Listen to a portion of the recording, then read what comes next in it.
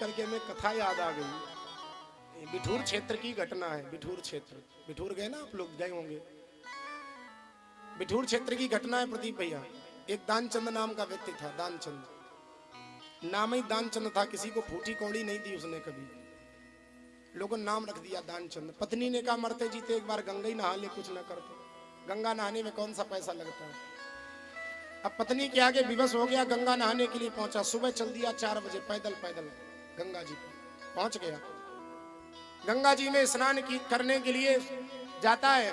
अब सोचता है अगर गंगा जी के घाट पर नहाऊंगा तो घाट पे मिलेंगे पंडा। अब पंडा से कौन बचाए, पंडा को कुछ ना कुछ तो देना ही पड़ेगा।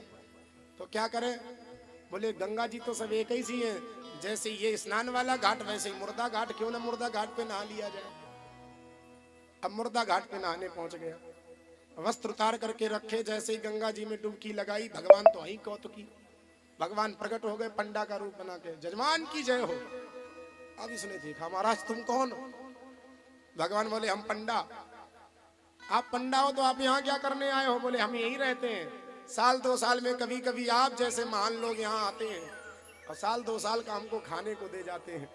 दानचंद बोला देने वाले दे जाते होंगे, हम फूटी कौड़ी नहीं देने वाले।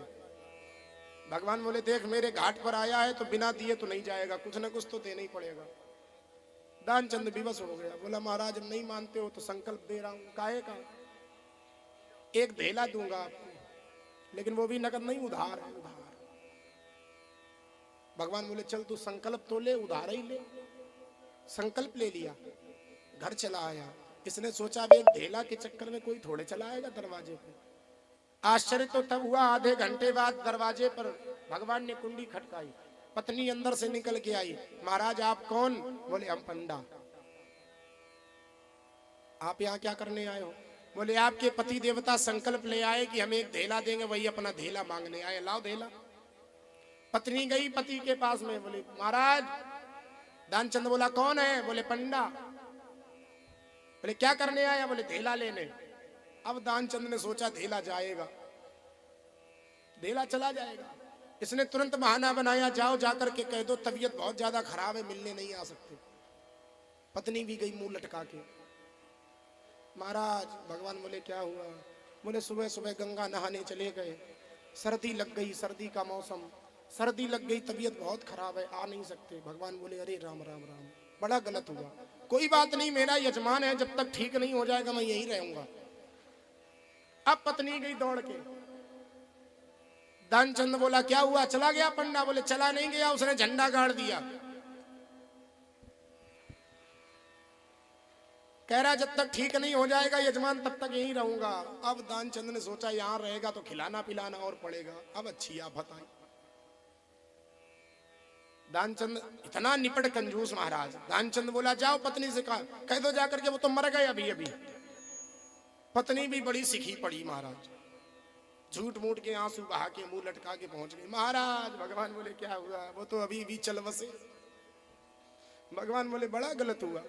कोई बात नहीं मैया, आप यहीं बैठो अपने पति के पास में, मैं जाके पूरे गांव में खबर किए देता हूँ दानचंद मर गए। कहाँ कहाँ जाओगी तुम खबर करने, अकेली हो।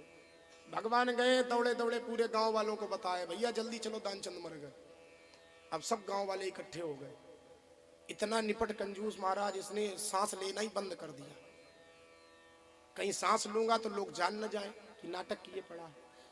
अब आश्चर्य की बात ये, आसपास की महिलाएं इकट्ठी हो गई। अब दानचंद की पत्नी जब उसको बांधा जाने लगा तब दानचंद की पत्नी ने इनको छोड़ दो, ये मरे नहीं जिंदा है। आसपास वाली कहे तो तुम्हारा प्रेम है।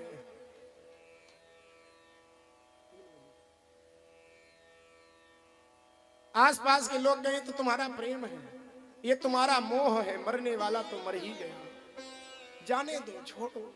अब पत्नी सही कहे मरे, वो तो जानती कि नाटक किए पड़ा है। वो सही कहे कि छोड़ दो इनको, ये मरे नहीं, छोड़ दो। लोगों ने जबरदस्ती पकड़ के पत्नी को अलग कर दिया, जाओ इनको संभालो। दानचंद को बांध के चल दिए सब। महाराज फिर भी न बोला कि मैं जिंदा हूं। राम नाम सत्य है, सत्य बोलो मुक्ति है। घाट पर पहुंच गया, लकड़ियों की चिता बनाई गई, रख दिया गया, फिर भी नहीं बोला मैं जिंदा हूं। भगवान ने सोचा बेचारा बिन मौत मरेगा, एक धेला के चक्कर में। भगवान ने कहा देखो भाई मेरा यजमान है और मैं अपने यजमान के कान में कुछ कहना चाहता हूँ। लोग बोले कह लो मरने वाला तो मर ही गया। भगवान गए कान में बोले, ए दानचंद आंख खोल जरा, मैं पंडा नहीं हूं। बोले फिर कौन? भगवान बोले, आया हूं वैकुंठ से तुझ संग नाता जोड़, मैं वैकुंठ से आया हूं। इसने सोचा चलो पंडा से पीछा छोड़ा। पंडा से पीछा छूट गया। आंखें खोल के देखा तो महाराज वही पंडा फिर सामने खड़ा, फिर आंखें बंद कर ली।